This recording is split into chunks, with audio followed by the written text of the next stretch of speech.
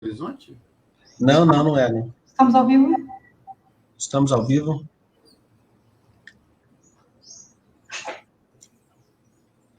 Bom dia! Salve, comunidade Ayacon! Bom dia a todos e todas que estão chegando!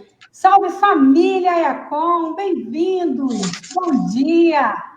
20 de novembro! Viva Zumbi! Dia Nacional da Consciência Negra, dia de luta, de reflexão, dia de resistência. E é com muita alegria que damos início à nossa tão esperada programação do dia, que não poderia faltar, não é mesmo? Mantendo as nossas tradições de tantos anos. E se não pode ser no chão da nossa escola, será aqui, nesse chão virtual, né, que a realidade está aí nos impondo, mas será aqui. E aqui será o nosso chão. E estaremos aqui hoje o dia todo para comemorar, refletir e saudar a nossa ancestralidade, reconhecendo nela a força que nos trouxe até aqui. Estaremos aqui para lembrar a importância da data e todos os seus significados. Temos muitos avanços como sociedade, como humanidade, mas também temos muitos atrasos, muito a evoluir. A violência motivada pelo racismo ainda persiste, né? Ontem tivemos mais um triste episódio. Então, estamos aqui para lembrar também que é preciso estar atento e forte. E queremos começar essa manhã saudando a sua presença conosco. Bom dia quem está chegando, como diz a música, pode chegar, que a casa é grande e é toda nossa. Traga o seu coração, a sua presença de irmão. Nós, da família Ayacon, precisamos de você nessa luta, nessa caminhada, nesse dia a dia. E nessa festa que saudamos o Dia Nacional da Consciência Negra, né? Saudamos Zumbi, uma das maiores lideranças do nosso país, né? Saudamos a boa energia da nossa ancestralidade. Viva a nossa escola, que é tão colorida, que é tão bonita. Salve também o nosso povo, a nossa gente, que se constitui hoje como a segunda nação, maior nação em população negra do mundo. Isso mesmo, somos um país de maioria negra, mais da metade da população se reconhece, tem orgulho de se reconhecer como uma população negra, né?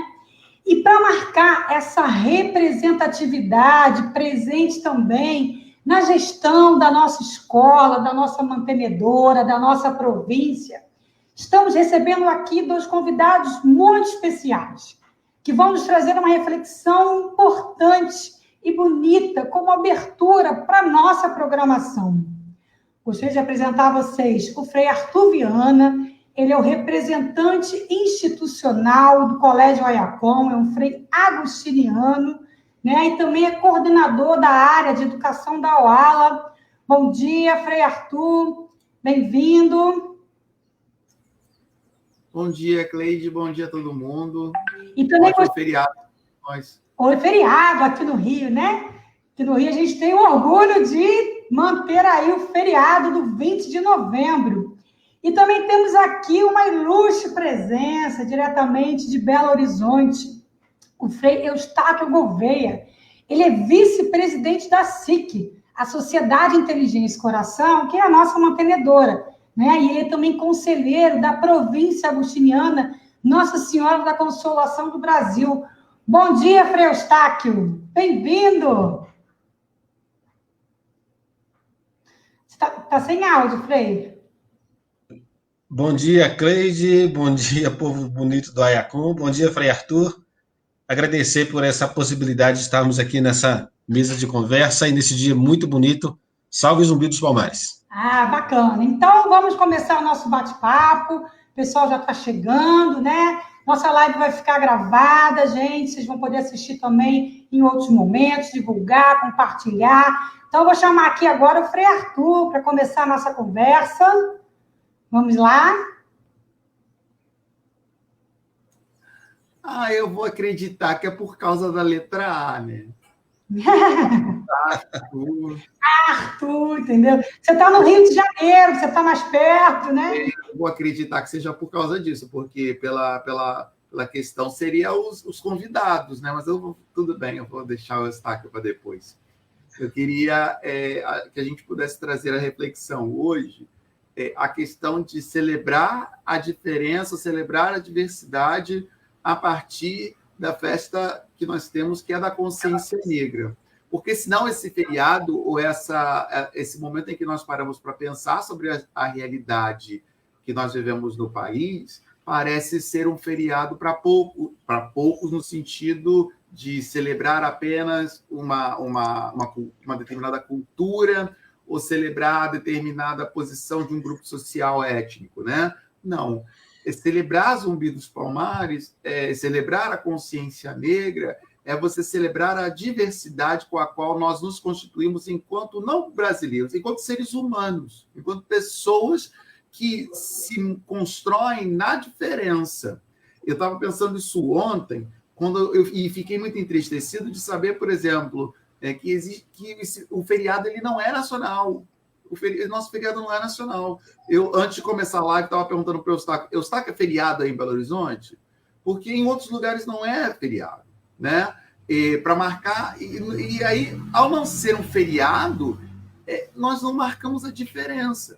A gente tem a gente trabalha muito com a questão da igualdade, né?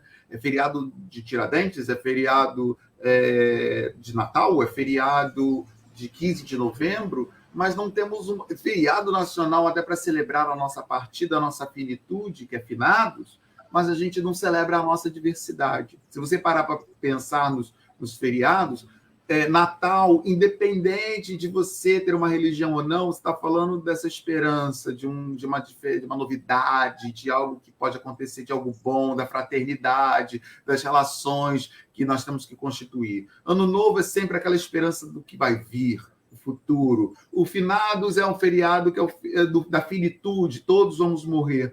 Na hora do feriado que poderia ser pensado da diferença, pensarmos como é que é viver na diferença, não só marcando o nosso território como nós somos, mas também vendo coisas positivas na cultura do outro, nós não fazemos ele nacional. E ao não reconhecer a diferença, não reconhecer aquilo que nos constitui enquanto pessoa, né? E tentar enxergar no outro coisas que também poderiam fazer parte e fazem parte da nossa vida, a gente acaba alimentando o preconceito, a gente acaba alimentando a discriminação negativa das coisas.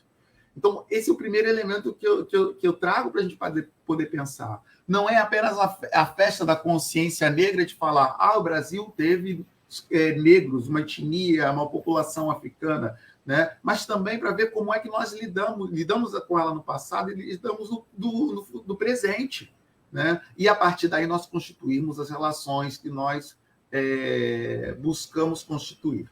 Hoje, quando nós lemos nos jornais, abrimos a internet e vemos a realidade, a gente continua vendo um certo tipo de agressividade em relação a um grupo étnico em relação a outros. Ou a pessoas que não somente se identificam na questão da consciência ou na questão do gosto, mas do fenotipismo, da pele, da cor da pele, né? Pessoas que sofrem a agressão maior do que outros grupos, né?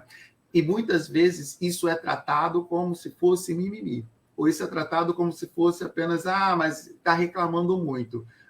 Como se nós vivêssemos um mundo, vivêssemos uma realidade em que dessemos o mesmo valor e o mesmo peso para todas as coisas. A gente só pode falar que a violência, a reclamação de que a população preta, né, que é um termo que a gente está usando muito agora, a população preta. Eu vim de uma mesa da UERJ, e a UERJ falava assim, essa mesa é uma mesa preta, de intelectuais pretos, para falar da cor, né, se existe uma cor branca, existe a cor preta.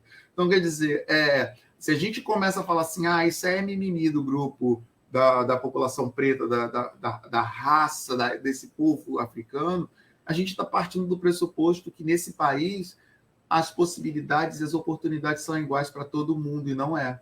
Nós somos um país extremamente desigual.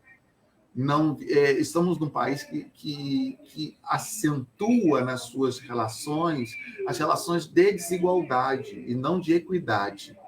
Então, esse é um grande problema nosso. E essas questões de equidade, essas questões de solidariedade que não são trabalhadas, ou que elas são pseudo-trabalhadas, elas são focadas dentro desse grupo, dentro dos grupos com os quais se constitui. Então, é falacioso quando a gente acha que as coisas vão melhorar por meritocracia. Eu pensava nisso, assim, que mérito, que é assim, não, vamos dar, resolve-se tudo, vamos fazer um país igual pela meritocracia.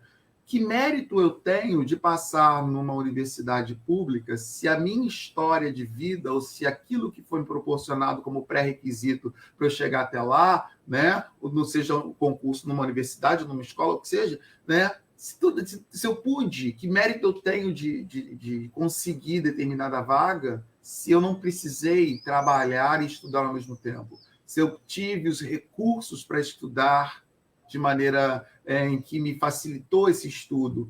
Então, é ilusório, é uma falácia, é isso que eu quero falar. Nós montamos todo um discurso da equidade em cima de uma falácia, em que isso vai ser resolvido com meritocracia, que vai ser resolvido com todo mundo. Não. Há uma coisa muito mais estrutural, há uma coisa que está marcada, guardada na nossa cultura, em que ter determinada cor de pele faz com que a gente se sinta de uma maneira invisibilizada, né? E que é naturalizado, é tratado como uma representação social, as representações sociais são isso, a gente vive isso no grupo, a gente passa batido isso e trata como se fosse algo naturalizado, como se fosse verdadeiro. Não é.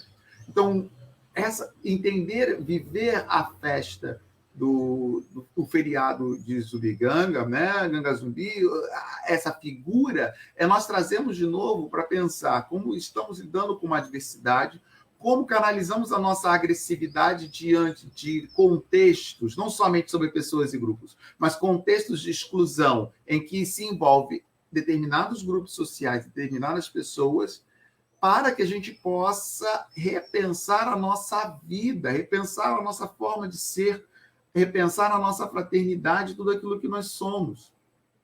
Eu estava falando que essa semana passada, foi dia 12 de novembro, eu estava vindo de uma mesa que a gente estava discutindo professores negros lá na UERJ, e eu estava citando um livro que se chama A Cor e o Magistério, né, do pessoal da UF, e que falava dos professores negros, né? Eu estava citando esse livro dos professores negros, ou da formação desses professores negros para atuarem tanto na história do Brasil quanto no presente, né? E é interessante porque eu falava do mérito e eu falava que é só dar conhecimento, como não é só isso, porque os professores, você pergunte quantos professores negros você tem dentro de uma universidade, né? Isso vai significar que tenha doutorado ou não. E quando ele está lá, colocado naquela posição, ele também é visibilizado. Um dos textos falava o seguinte, o professor estava dando aula na UF, era da UF, estava dando aula na UF, e entrou o pessoal do DCE da UF, querendo dar um anúncio de eleição de chapa, e aí ele chegou assim, não tem professor na sala de aula, não? Aí a professora negra levantou a mão e falou, eu estou aqui. Ah, tá. E começou a falar com os alunos. Não, é porque a nossa chapa, isso, aquilo, outro, pá. Ela ficou olhando, e no final falou assim, deixa eu fazer uma pergunta para vocês, gente, todo mundo aqui. Vocês fazem dessa forma com todas das outras salas, que é tipo assim, vocês não pedem, professor, a gente pode conversar com a turma? Né? Aí falou assim, pô, professora, desculpa, eu nem percebi, primeiro que eu nem percebi que a senhora estava aqui. Aí falou assim, mas eu falei que eu estava aqui, eu sou a professora. Poxa, foi mal. Assim, às vezes a gente trata como se fosse natural, né? Ah, a professora é essa aqui, então você é negra, eu posso fazer isso, né? Eu falo, não preciso pedir desculpa, não preciso fazer nada, né? Então, essa invisibilidade, ela existe. Não é porque eu tenho conhecimento, ou porque foi até marcado com um selo ou com um título. A gente tem que repensar a nossa forma de ver, de entender o mundo, de entender as histórias pessoais, de ser capaz de ver aquilo de positivo que há na cultura, na diferença do outro. Né? E isso é ferramenta fundamental, essa é ferramenta basilar para que a gente possa estabelecer um elemento que é um elemento muito interessante e que se deve se trazer, que é o da solidariedade, que está tão presente na questão dos direitos humanos, nessa dimensão de nos entendermos enquanto mesma espécie, enquanto mesma raça, que é a solidariedade, Existe até um Plano Nacional de Educação para Direitos Humanos de 2007, que eu fico o tempo todo insistindo, cadê ele nas escolas? Isso não é visto como tema transversal, apenas pontuais, mas existe educação a direitos humanos, esse faz parte do processo formativo do Brasil, tratado como claro isso no Brasil. Então, a solidariedade é um desses elementos que podem levar a gente a trabalhar isso, e isso é reforçado hoje, dentro do que vamos pensar seja a filosofia da nossa instituição, que é o AIACOM, quando nós lemos o documento do Papa Tutti Fratelli Tutti, que é todos irmãos, que vai trabalhar não somente essa questão da solidariedade, mas um ponto que nós que somos educadores e insistimos constantemente, que é o diálogo. E aí você pode chamar o Paulo Freire e todos os seus coleguinhas, né, que a gente cansa de estudar, como a relação pedagógica é uma relação que deve ter como base fundamental a dialogicidade, a capacidade de conversarmos e dialogarmos, estabelecermos um diálogo, o que é tão difícil ultimamente. O que nós andamos fazendo são monólogos, com cara de diálogo. O que é um monólogo? É o imperativo do eu. Eu estabeleço os parâmetros da conversa para estar com o outro. E aí eu vendo como lugar do preferível aquilo que eu tenho e aquilo que eu sou e imponho sobre o outro. Nós vimos isso nas campanhas políticas. As campanhas políticas elas não fazem diálogos, elas fazem monólogos. Elas acham que os políticos, a grande argumentação política, né, e aí da filosofia da argumentação política, eu venho no grupo, eu monto até uma roda de conversa e eu começo a falar com o outro, mas eu imponho as minhas ideias e os projetos sobre o meu plano de governo sobre o outro. Estou falando que todos os políticos fazem isso, mas a grande base que a gente vê e assiste é essa. Isso não é o diálogo. E aí, quando o Papa Francisco escreve Fratelli Tutti, e ele vai trazer um capítulo específico sobre o diálogo, ele vai falando assim, o diálogo ele tem que ser organizado a partir de pressupostos muito claros. Primeiro, existe um outro. Depois, eu preciso querer criar um vínculo com esse outro. Depois, eu preciso estabelecer um canal de comunicação que seja possível para ambos. Outra questão é, entendemos que somos solidários dentro do mesmo oikos, da mesma casa, das mesmas coisas, e estar no mesmo oikos, na mesma casa comum, que é um termo que a gente usa muito, até dentro da nossa filosofia enquanto província, né? Casa comum, não significa apenas natureza, porque senão eu tenho um medo muito grande disso acabar ecologia, ficar na natureza. Eu tenho medo da palavra ecologia. Juro que eu tenho medo da palavra ecologia. Porque a gente só entende ecologia como se fosse árvore. Não é, isso é senso comum, isso é representação social. E participar da mesma casa significa participar dos mesmos afetos, participar de sermos capazes de nos compreender com linguagens diferenciadas, sermos capazes de vivermos a cultura do outro, o outro viver a minha cultura, de termos empatia.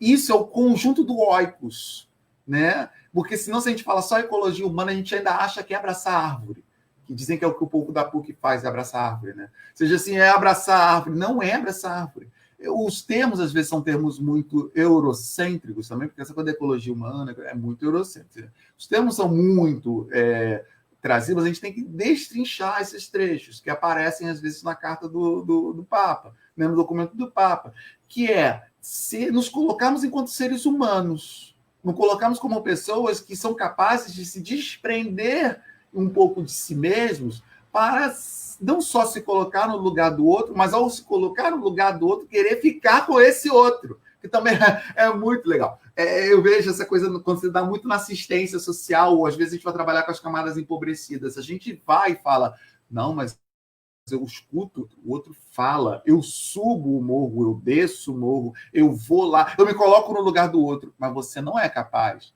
de ficar naquele lugar com ele, de ajudá-lo a transitar, não estou falando de tirar, transitar desse lugar que ele está para outro lugar com ele. Você vai lá esporadicamente, fica, faz, mas não é capaz de transitar junto com ele nesse espaço e em outros espaços, porque um espaço não existe um espaço único, existem vários espaços, e a gente tem que ocupar esses espaços, também com o outro. Eu quero estar com o outro. O diálogo fala parte, é uma coisa que o Papa traz. O diálogo fala parte não só da comunicação, mas de um querer criar vínculo com o outro. Só há vínculo com o outro se há diálogo. e ocupar espaços comuns, da casa comum, da vida comum, de culturas que não sejam somente culturas comuns, que eu e o outro viva, mas que a gente possa, mesmo com culturas diferentes, construir relações, pontes, formas de existência que sejam equitativas.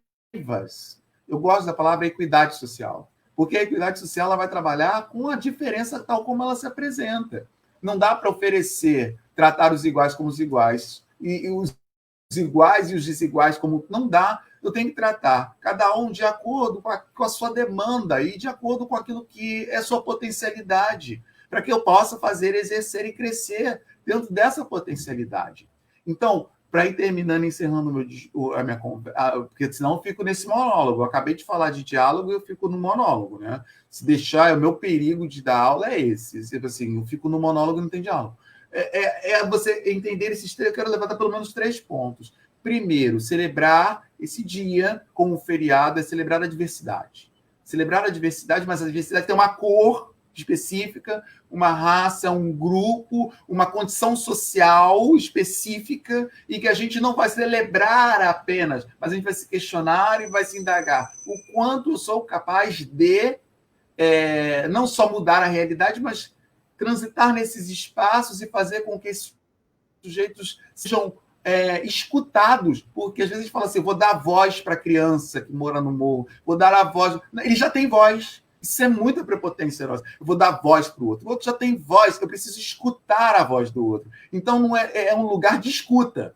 Eu escrevi um texto sobre isso num livro, o último que saiu. O lugar de escuta. Que lugar de escuta é esse? Do profissional da educação, do educador social. Porque às vezes a gente põe imperativo do eu sobre o outro. Então, que lugar de escuta eu ocupo? Esse é o primeiro elemento. Segundo, que é uma construção histórico-social, não é mimimi.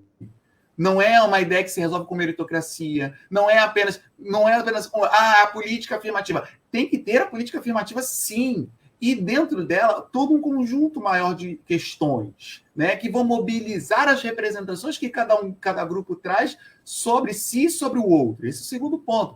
E terceiro, reativar os valores, que são valores que nós consensuamos como universais, que está tanto nos direitos humanos, como também está dentro da filosofia da nossa instituição. Parece que eu estou fazendo um discurso fora da instituição. Não, dentro da nossa instituição. Quando a gente pensa que a gente pode ler hoje um documento que saiu em outubro, que é sobre todos os irmãos do Papa, ele está falando de direitos, está falando de valores, são valores consensuados. Eu trouxe o diálogo, porque o diálogo ele está muito na nossa conversa enquanto professores, somente que nós fazemos leituras obrigatórias com Paulo Freire, Moacir Gadotti, falamos de dimensões como gestão democrática, e a gestão democrática passa por questões de diálogo, né? Então, quer dizer, o diálogo é uma palavra que ela é basilar e ela precisa ser lapidada, para a gente repensar. E esse diálogo aparece como algo não natural.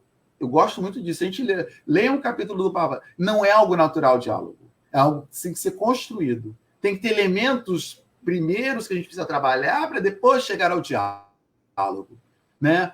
Parece que ele leu Paulo Freire. Nós lemos o Paulo Freire, eu tenho a impressão às vezes que a gente guarda meia dúzia de frases para citar no momento de reunião PowerPoint. Sabe reunião PowerPoint? Aquela que a gente monta o PowerPoint e termina com o PowerPoint com a frase do Paulo Freire para falar que eu sou pedagogo.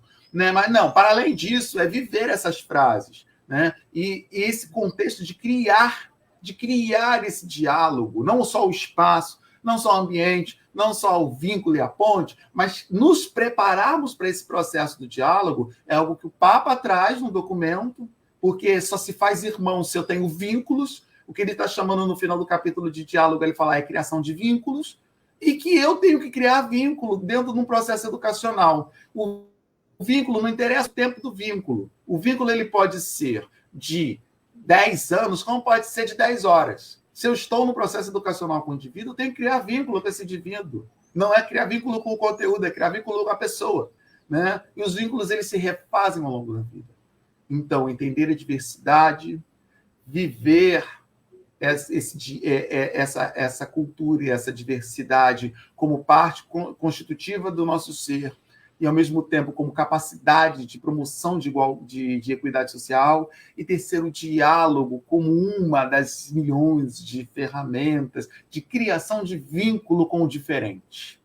Não é para lembrar apenas da nossa africanidade, da nossa Constituição como segunda nação negra, preta, no mundo hoje, mas que a gente tenha claro isso em todas as nossas ações e em todas as nossas relações. Nós somos atravessados por esses sujeitos que fizeram parte da nossa história no passado e fazem parte da nossa história no presente. E eu termino com essa frase, que não é minha, mas é uma frase que várias pessoas escolheram, eu não vou lembrar o nome da pessoa, que ela fala assim, né, que nós, brasileiros, nós não somos descendentes de escravos, nós somos descendentes de seres humanos que foram escravizados. É bem diferente. Então, para que a gente saia dessa escravidão, é necessário que a gente se retenha a palavra ser humano e tudo aquilo que significa ser humano dentro da nossa vida presente, da nossa realidade brasileira e da potencialidade que temos de fazer diferente do que fizemos até agora. Gente, é isso. Obrigado, desculpa, pelo tempo tomado e pelo monólogo. Eu espero que tenha diálogo, tá bom? Obrigada, Frei Arthur. As palavras deles, né, vai trazer muito da história da nossa escola, né? Então, a gente é preciso considerar, de fato, o nosso passado histórico, e aí é por isso que se faz tão necessário ainda termos o 20 de novembro, temos que ter ainda por muitos anos, né? Porque temos muito a avançar.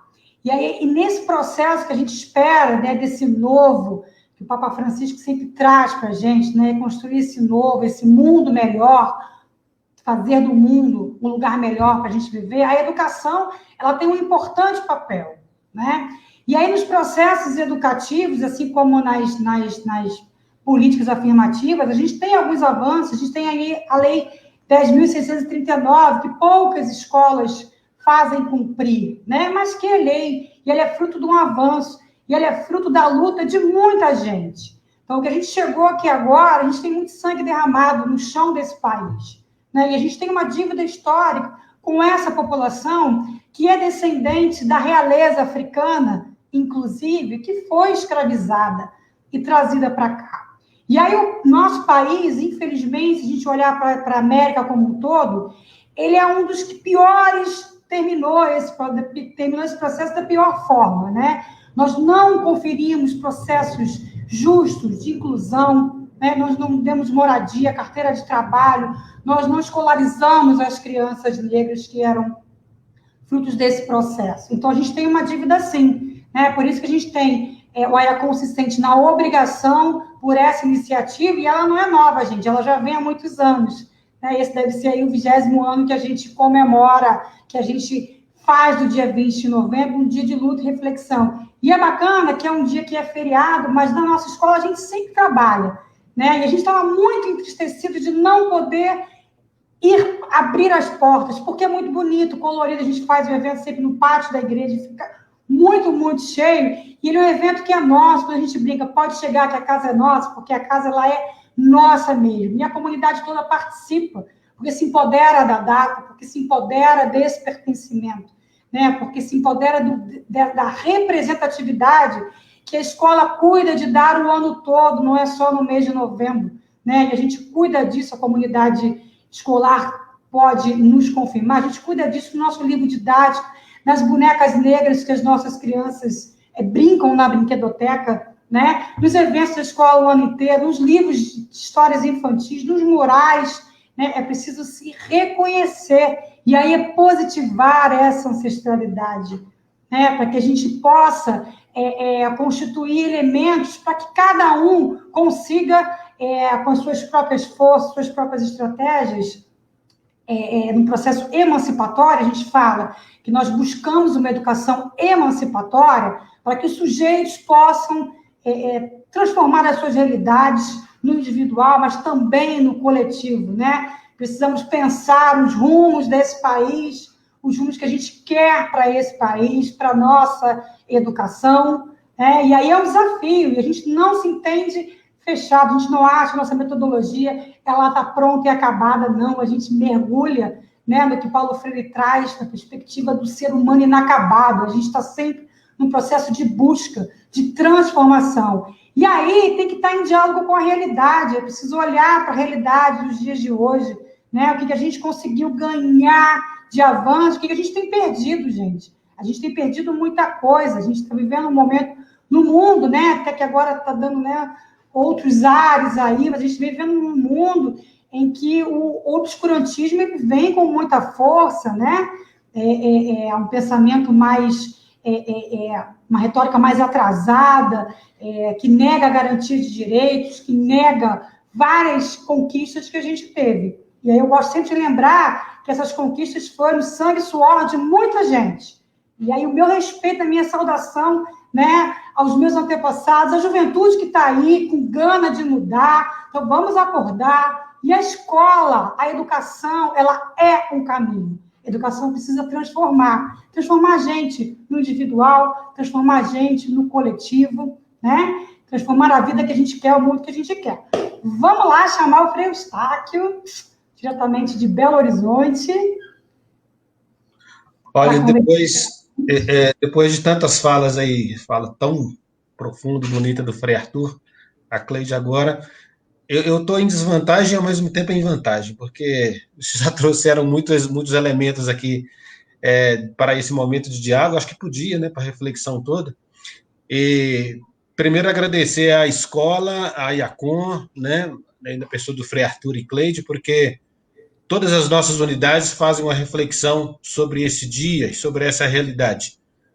Mas o IACOM há muitos anos vem dando bom tom, a boa reflexão, trazendo a boa crítica, a celebração, a ancestralidade, né, para esse dia e sendo, de fato, um ponto de referência para essa discussão. Então, obrigado, Arthur, obrigado, Cleide, e corroborando aquilo que a Cleide acabou de dizer. A boa notícia é justamente essa. A educação é o melhor caminho para a gente não só celebrar, mas abrir caminhos também. A escola tem um papel fundamental. E, graças a Deus, a Sociedade Inteligência e Coração, com as suas unidades e unidades bonitas como o do IACOM, possibilita isso. Então, agradecer. E nós estamos em comunhão, Cleide, com todas as outras unidades da rede Santo Agostinho, né? A IACOM, Bragança Paulista com a ESO, os colégios em Belo Horizonte, Colégio Frei Carlos Vicunha, Escola Profissional de Santo Agostinho, há uma grande comunhão nessa celebração. Então, obrigado por isso.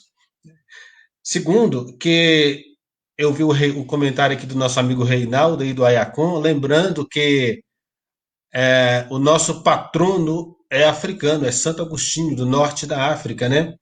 Eu sempre... Aí, Frei Arthur, precisamos recuperar a africanidade de Santo Agostinho, né?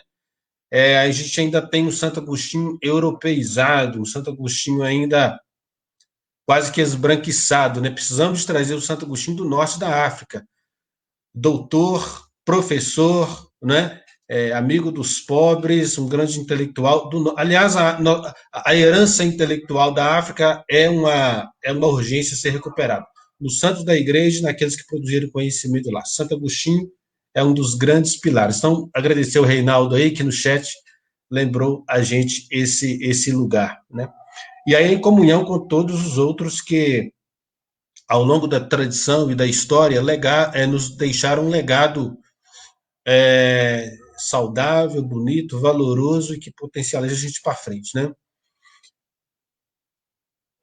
Uma coisa importante que eu entendo para esse dia e que eu acho assim fundamental é a gente poder fazer a memória. Um povo que não alimenta, que não entende a memória histórica, é um povo que já começa a morrer por aí mesmo, né? Então, celebrar esse dia 20 de novembro, memória de Zumbi, né? É trazer a memória não só Zumbi, mas a memória da história do nosso povo, da nossa gente, do nosso Brasil, né? Nosso berço africano, né?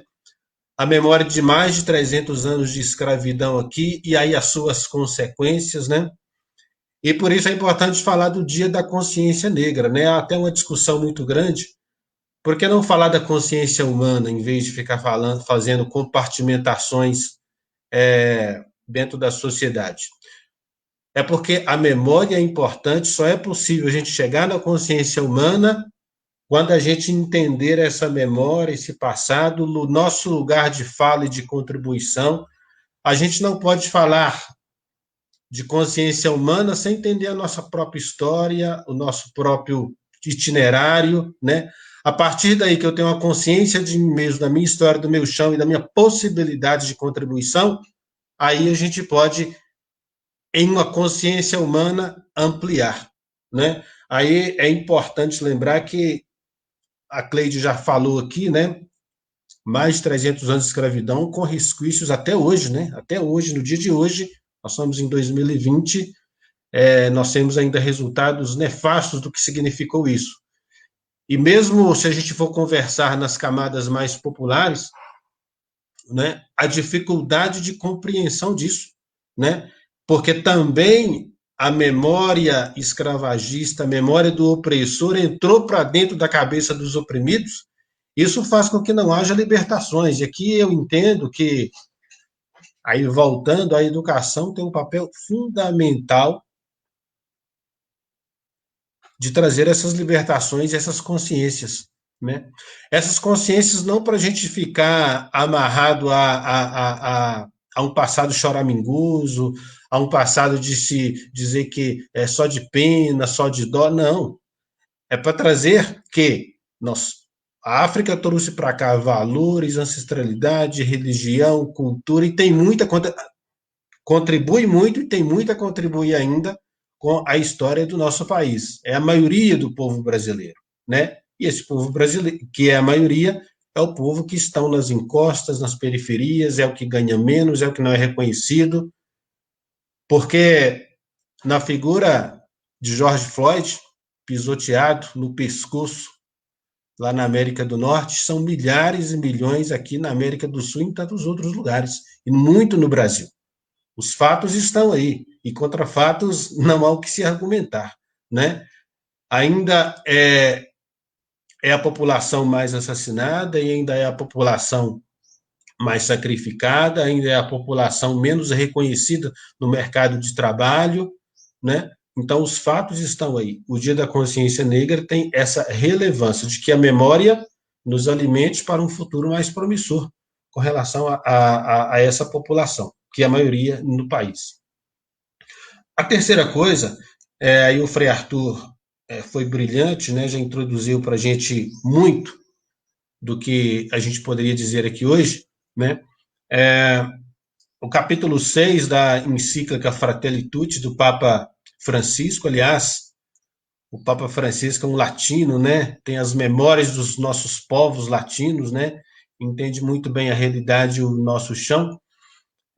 Todo mundo deveria ler esse livro fantástico. Eu acho que tem que ser um livro de cabeceira de mesa para todos nós, e pode ler como se toma um bom chopp, um bom vinho aos poucos, saboreando, porque cada número é muito gostoso, vale muito a pena ler, né? E o Papa Francisco, ele traz essa urgência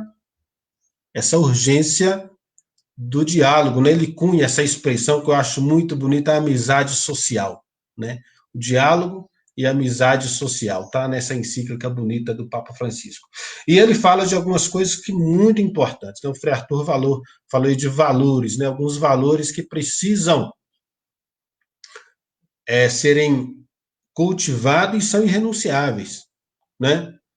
A questão do bem comum, a questão da dignidade humana, entre os maiores nesse capítulo 6, e a cultura do encontro. A cultura do encontro. Na cultura do encontro, aqui a gente traz o ponto do que Frei Arthur disse para nós, a importância da diversidade cultural, da diversidade de raça, da diversidade de religiões, sem opressões alguma. Não queremos repetir um passado opressor, né? Mas nós precisamos entender o nosso lugar e, desde esse lugar, fazer a contribuição para que a diversidade seja completa. É perigoso também que, ao falar de diversidade, a gente acaba com vocabulários, com jeitos, com expressões que já se impõem há 500 anos nesse país. Então, nós estamos reafirmando o nosso lugar de fala, nossa identidade, para a gente contribuir melhor e contribuir com o que a gente tem. Graças a Deus, mais recentemente, mas muito mais recentemente mesmo, a gente tem visto a abertura das grandes empresas para esse tema, da sociedade para esse tema, dos meios de comunicação para esse tema, ainda é muito pouco. A gente tem um longo caminho a percorrer, porque conforme a própria Cleide já nos alertou aqui, a gente também vem de algumas percas muito fortes, muito recentemente nesse país. A gente avançou, efeito sanfona, né? A gente avançou e a gente andou para trás. Então, estar atento a isso também, porque isso está aí, né? Então, acho que vamos celebrar, vamos nos alegrar, vamos fazer memória bonita, vamos falar da diversidade, da nossa contribuição, mas também sem perder essa consciência crítica, porque há percas e nós temos que estar atentos a isso. Como primeira fala, eu queria deixar isso, Cleide, e aí a gente continua aqui, eu volto num outro momento. Eu estou vendo aqui que o chat está bastante participado, agradecer e cumprimentar a todos que nos acompanham. Então, obrigado, Frei Eustáquio. Pedir para o pessoal colocar aqui no chat, né, para quem está assistindo, para quem vai assistir depois gravada, a referência dessa encíclica, né, que tão ou mais bonita que a Laudato Si, né, a Fratelli Tutti, realmente ela está de emocionar, e é uma leitura aí que a gente sugere para os colaboradores que estão aí nos assistindo também, os professores e vocês da comunidade escolar, né? Eu vi alunos aqui colocando mensagens do prazer de estudar com a gente. Queria dizer que o prazer é nosso, né? É uma alegria poder estar, um presente, né, de Deus, eu poder estar aprendendo tanto no dia a dia, né, com diferentes realidades, com diferentes trajetórias, com diferentes processos de transformação, né? Como a gente vai vendo as pessoas através da educação, através da reflexão, como disse o Frei Eustáquio, do pensamento crítico, né? E aí é papel da escola oferecer habilidades para que possamos ler o mundo, para que possamos nos situar nele, né? De uma forma mais autônoma, participativa, crítica, e isso ajuda quando eu vou votar, né? Isso ajuda quando eu tomo decisões para o meu país, isso ajuda como eu me coloco no mundo do emprego, no mundo do trabalho, na minha vida social, né? E essa questão do racismo, que ele ainda existe, a gente entende que é papel de toda a sociedade, o combate ao racismo, né? Mas a promoção de uma educação para a igualdade, para a equidade racial, social e cultural e por aí vai, é papel da escola, e aí a gente está aí aprendendo todos os dias, com uma escuta aberta, né, uma educação com princípios agostinianos muito fortes, né, que vão dar o norte para o nosso chão, para a nossa linha pedagógica, e a gente está sempre com ela em construção, como eu havia dito, né? Arthur, quer colocar mais alguma coisa, alguma observação? É perigoso falar para eu falar, né? Pedir para eu falar é perigoso. Mas eu acho que é importante a gente ter claro isso. O Frei Eustáquio está me provocando com a ideia do Agostinho africano, né? Da cor preta. E é verdade, assim, nós temos um patrono que ele é africano. Embora a gente tenha que entender que a África, naquela época, está toda marcada por um contexto de Império Romano, e que o Império Romano ele vem trazendo suas características. E no começo, eu acho que é interessante, no começo, o próprio Agostinho ele estava querendo muito mais viver essa ideia do Império Romano do que da própria África. Porque senão a gente também começa a fazer um pouco de tautologia, ou seja, utilizar coisas do passado como se fosse, tratar coisas do passado como se fossem coisas do presente. Não é. Eu acho que a questão de termos um patrono africano, ele é empoderador, no qual a gente pode falar assim, então, veja como é que as classes, os grupos sociais que estão no poder, eles são capazes de fazer um processo de embranquecimento das realidades, né? Pouco você tem imagem de Santo Agostinho de uma cor morena, pelo menos. Você não tem, você tem branco do olho claro. Então, como é que esses sujeitos que estão no poder, numa dimensão eurocêntrica, é capaz de esbranquiçar, vou usar a palavra esbranquiçar, deixar branco ou deixar com a sua característica coisas que não é característica deles. Ou seja, temos uma dificuldade muito grande de aceitar até a estética. A estética no sentido não só de, eu acho que bonito o seu cabelo. Não é só de achar bonito o cabelo, é de realmente acreditar que aquilo ali faz parte de uma expressão cultural e que aquilo também é faz parte tanto da realeza quanto o outro cabelo que não é. A pele também como parte. A gente tem essa dificuldade. A gente ainda trata muito, eu ainda acredito nisso, a gente ainda trata muito a diferença como diferença, e não como possibilidade de coexistência, de reexistência, de reorganização da própria vida e da existência. Então, eu acho que é importante a gente clamar, sim, temos que escurecer um pouco o Santo Agostinho, porque ele não era branco desse jeito, seu cabelo não era tão liso assim, e essa barba está muito estranha, está parecendo a barba de Jesus. Só que a gente também tem que entender esse contexto da África do Norte, que de alguma maneira queria viver um pouco também, estava dando um contexto do Império Maior, que é o Império Romano, usando as lógicas também, as lógicas e as linguagens do Império Romano. E que isso é grave, porque eu também acho grave, ou seja, como é que ainda se impõe uma cultura sobre a outra? O quanto que foi, e como é que isso se repete ao longo da história?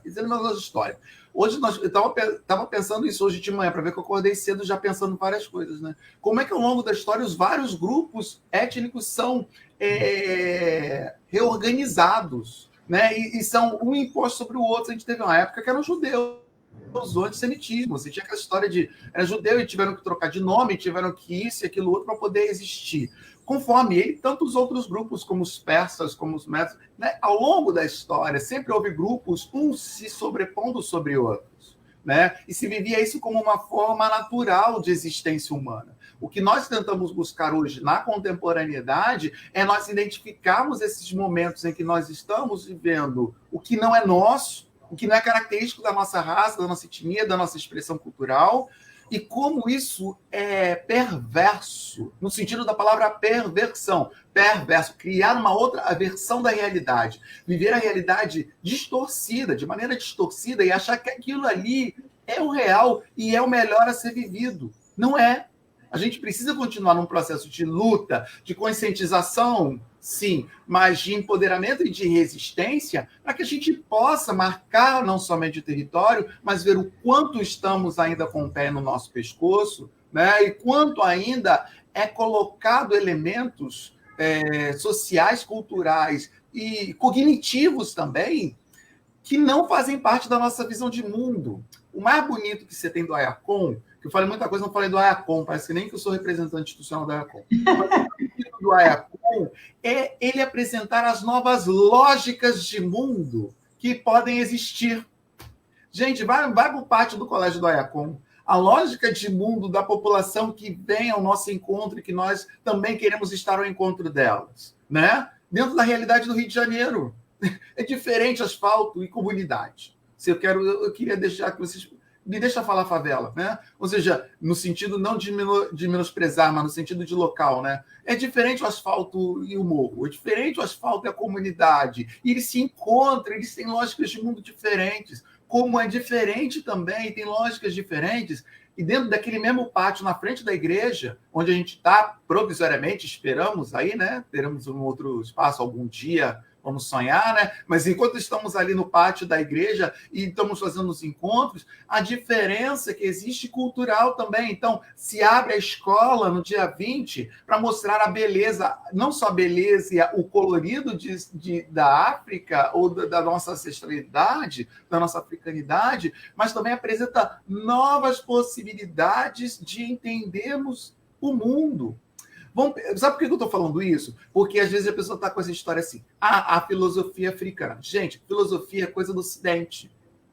É pensamento africano, é pensamento oriental. Filosofia é coisa do Ocidente. E aí eu fico incomodado quando as pessoas falam filosofia africana, por quê? A filosofia, se a gente pegar a questão da filosofia, e a gente pode remeter a Sócrates, a Platão e a Aristóteles, eles estão a fim de uma verdade. O que é uma verdade? É a busca de uma verdade, é a busca de um caminho, é a busca de um olhar, e esse olhar como quase totalizante. O pensamento africano, ele é, no mínimo, duplo. Já viram todas as histórias que nós contamos dos orixás, né? O panteão da religião africana, da cultura africana, da mitologia africana, não é um. São vários. E eles vivem a diversidade. Não há como criar... Eu vou trazer elementos, tá, dessa dimensão da cultura africana. Não há como você bater um ponto sem chamar Exu, sem chamar Ossan, mesmo que você seja de Iemanjá, de Oxóssi ou de Ogum. Ou seja, um precisa do outro. Quem é que vai extrair o axé das ervas? Ossan. Quem é que vai abrir caminhos? Exu, o dono da porta. Olha, eu estou dando exemplos da mitologia africana, do pensamento africano, para falar, não existe um, existem vários. Isso é muito legal. Isso é uma outra forma de ver o mundo. Uma outra forma de ver o mundo. Por que a gente vê o mundo só preto e branco? Por que não tem amarelo, azul e vermelho? E por que a função do amarelo não pode também ser uma função legal igual a do vermelho? Eu acho que o grande bonito do nosso colégio é não só mostrar o colorido, mas que existem lógicas de mundo diferentes.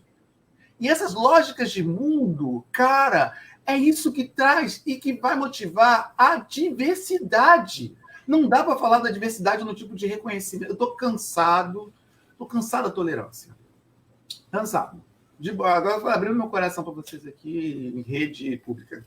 Cansado da tolerância. E trabalhar a tolerância no sentido mínimo do processo associativo, bem sociologia, né? No processo mínimo da associação. Tipo assim, a tolerância como, tá, vamos congregar todo mundo, e aí não sei o que, eu respeito você, mas você tá ali, eu tô aqui, aquela coisa, sabe, da tolerância. Não dá. Enquanto a gente não for capaz de encontrar um ponto, não só um ponto comum, mas mesmo não sendo comum, sendo diferente, eu acreditar que aquilo que é diferente também é bom, e que é legal, e que funciona, e que é apenas uma forma de ver o mundo, e que mesmo, às vezes, contrapondo com a minha lógica de ver o mundo, temos lógicas diferentes, podemos viver essas lógicas, e temos a liberdade, como a Elis Regina cantava, e liberdade no batucá para Jesus Cristo, Ogum e Iemanjá. Ou seja, a gente vai fazer esse processo da liberdade do batucá, e que não tem Ogum e Iemanjá, são formas de ver o mundo. Para que uma única verdade? Não dá para ter uma única verdade, porque senão não é diálogo. Logos, razão, dois, dia, du, fica uma verdade, não é. E eu não estou falando de pós-verdade, estou falando de lógicas de mundo que constituem verdades que explicam aquele mundo naquele momento. É isso que eu estou falando. Então, eu acho que a beleza do colégio é esse, do nosso colégio específico é a Com. Aí eu também vou falar em rede nacional. Diferente de todas as outras da rede agostiniana, tá? O Barreiro tem o seu, o Bragança tem o seu, o Belo Horizonte tem o seu. A lógica é diferente. A lógica é diferente. E qual é o problema da lógica ser diferente? Nosso pensamento está muito mais africano do que ocidental. As lógicas são diferentes, e essas lógicas elas não só se complementam, se suplementam, se reconstroem, se encaixam, não se encaixam, e elas fazem um mosaico, e elas mudam. Ela é um caleidoscópio. Gosto da ideia do caleidoscópio. Toda vez que você roda aquele negócio, você vê uma imagem diferente. É isso. Porque a gente na SIC, a gente deveria trabalhar esse caleidoscópio que nós somos. Cada um de uma cor diferente. Toda vez que você roda o tubo, você vê uma outra figura. E qual é o problema disso? É isso que gera a vida, é isso que dá a vida. E que coisa mais africana que isso não existe. Isso não existe. Isso é africano. E que nós podemos falar hoje disso porque somos brasileiros. Porque temos isso como parte da nossa, não só da nossa essência, da nossa pele mesmo, da nossa maneira de pensar. Gente, é isso. Vamos parar, porque senão eu não saio daqui. Vocês sabem que eu não saio daqui. Desliga o meu microfone. Peraí, eu vou desligar o microfone. Ô, Frei Eustáquio, a gente colocando aqui no chat, né? A Sandra colocou, a Gisele também, né? Que não sabia que Santo Agostinho era negro, que ela sempre se pergunta por que Santa Aparecida se santificou, por que não temos mais santos negros. E alguém com a Gisele coloca que Santa Mônica possivelmente deveria ser negra também, né? E aí a gente fica aqui refletindo, né? Como é que isso contribui, né, para a mudança de paradigma e de imaginário da população, como isso é importante, né? Frei Arthur situa que essa forma, né, mais europeia, mais embranquecida, ela vai aparecer em determinado contexto histórico, mas também, assim, não impede que a gente possa, né, no tempo que a gente vai, a humanidade, né, vai ampliando as suas capacidades de civilidade, né, de sermos seres verdadeiramente civilizados no encontro com o outro, na relação com o outro, né, que a gente pode constituir paradigmas, porque a gente vê o quanto é impactante, né, para pequenos exemplos, como ele reverbera direto, duas alunas ou mães, eu não sei, já se posicionam a partir dessa questão. Quer comentar um pouquinho? Deixa eu abrir. Está aberto o microfone, sim. Obrigado. Eu entendo que a grande contribuição dessa herança nossa africana no país, e aí na memória de Zumbi, todos os deuses orixás, danças, culturas, né? Tem como base a diversidade, desde a diversidade religiosa, a diversidade de tribos, diversidade de lugares, isso é muitíssimo importante. Talvez a gente teria que perguntar, na nossa base cristã, né, nós que somos cristãos de diversas matizes, o que fez o que acontecesse, que a gente plasmasse a ideia de um Deus tão único, tão único, tão único, verdades tão única, tão única, tão única, a igreja tão única, tão única e tão única, que isso gerou para a gente problemas. A gente deveria voltar no Antigo Testamento e ver como foi construída essa ideia, a ideia do Deus Javé. Então, eu acho que essa memória africana, ela traz também essa provocação para uma diversidade contributiva, né, para um mundo melhor. Aí, Cleide, me parece que nós vamos encerrar aqui às 10 o nosso time, né? Eu queria já ir fazendo, porque também tem outra reunião aqui, né? Já agradecendo a todo mundo. O Ayacon, falei no início, Frei Arthur, ele tem uma grande contribuição nesse tema. E, de fato, é diferente. Cada unidade contribui na sua intensidade, né? O Ayacon, desde seu lugar, aí ao lado dos morros, fincado aí no Engenho Novo, né? Fantástico. Eu já quis estar presente aí tantas vezes pessoalmente no dia 20, né, Cleide? Não consegui, e agora estou aqui. Ano que vem, se Deus quiser, viu? Se Deus quiser. Papa Francisco, nesse capítulo 6, quando ele fala do diálogo e da amizade social, tem dois valores aqui que ele enaltece nesse capítulo, né, quando ele fala depois da arte do encontro, citando inclusive o nosso querido Vinícius de Moraes. Dois valores são muitíssimo importantes. Primeiro, a ideia de bem comum. O bem comum que, nas palavras do Papa João 23, é aquela possibilidade da gente conseguir criar condições de vida boa para todas as pessoas, né? E aí o Papa fala diversas vezes da questão da dignidade humana, né? Que é valor, que está na perspectiva dos direitos humanos, isso que o Frei Arthur falou, né? Isso que a gente tenta marcar também com as nossas unidades, a consciência dos direitos humanos, né? E quando a gente está falando do Dia da Consciência Negra, a gente naturalmente se encontra com a necessidade de resgatar isso como pilar na educação e como pilar na sociedade. A dignidade humana fincada em 4 pilares importantes, porque se a gente não tiver esses 4 pilares, a gente está puramente amesquinhando essas ideias, né? Senão fica uma falácia, né? E o primeiro deles é a não instrumentalização, né? Cada ser humano tem valor em si mesmo, independente de cor, de raça e de religião. O valor da pessoa humana, né? É um valor kantiano, né? A não instrumentalização, né? Os nossos povos, os nossos ancestrais africanos vieram para cá instrumentalizados, coisificados, né?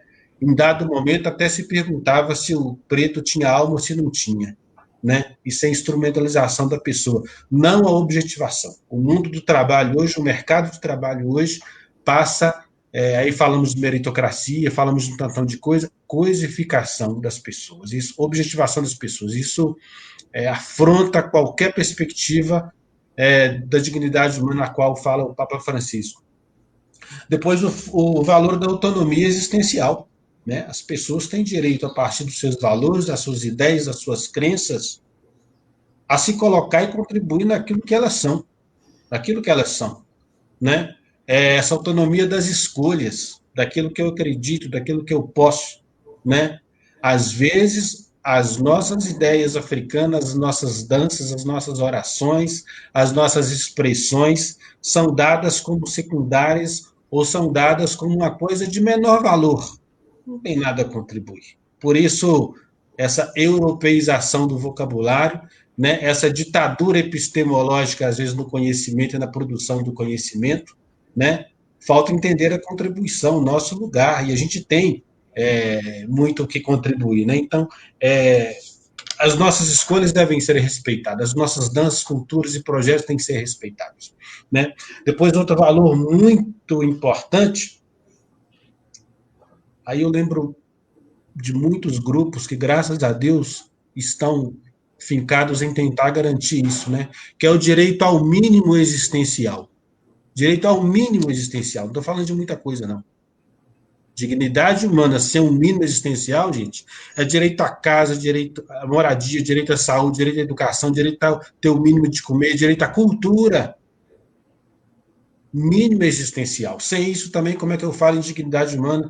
Aí eu olho aí para trás o Morro do São João, o Morro do Macaco, aqui em Belo Horizonte, a Vila Semig, em vários e tantos lugares, sem condições mínimas existenciais, e aí está 90% do nosso povo negro.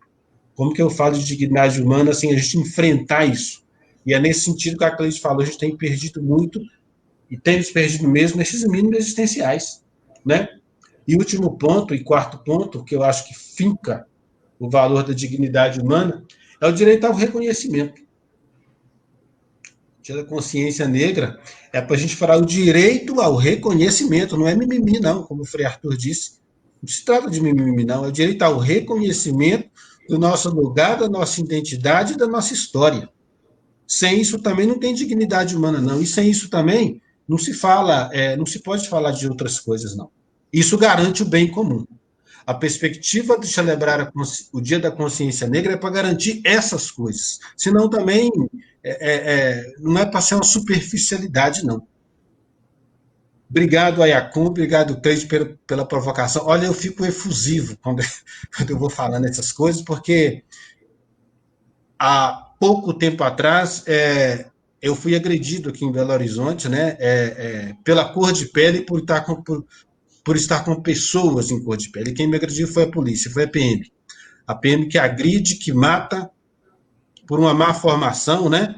E o pior de tudo, o PM que me agredia, que me batia com cacete, era um negro também, né? Olha que aí como que o opressor está na cabeça do oprimido, né? E éramos um grupo de pessoas negras que estávamos ali reivindicando a coisa tranquilamente, né? E aí gritaram, é o padre, é o padre, é o padre, e ele se afastou. Mas não é por essa condição que eu quero deixar de ser agredido. Pela minha dignidade humana, que eu não posso ser agredido. Eu e ninguém. Eu e ninguém. Por isso que eu ainda digo, George Floyd ainda está com a bota no pescoço em muitos lugares. A gente precisa de reagir quanto a isso.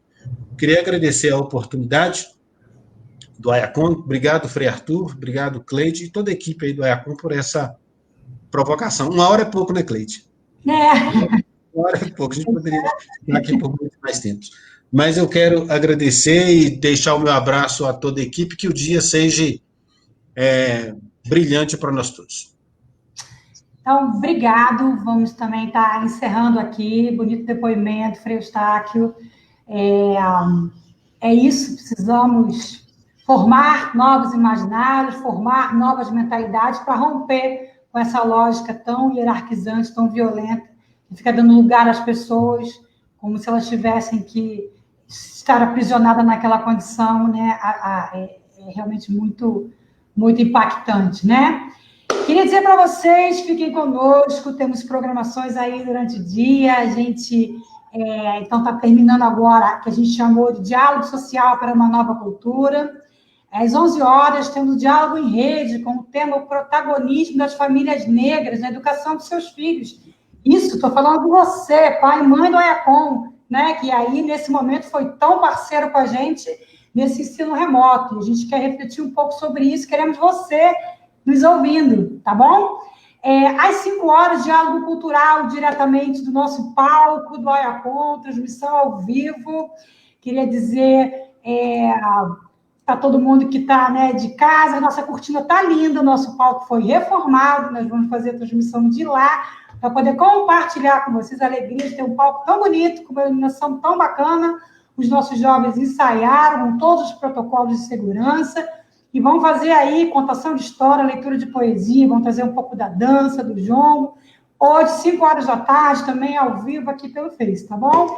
Um abraço a todos, feliz 20 de novembro para todos nós. Até a próxima, esperamos todo mundo às 11. Obrigado, gente, um abraço. Obrigado, um abraço a todos.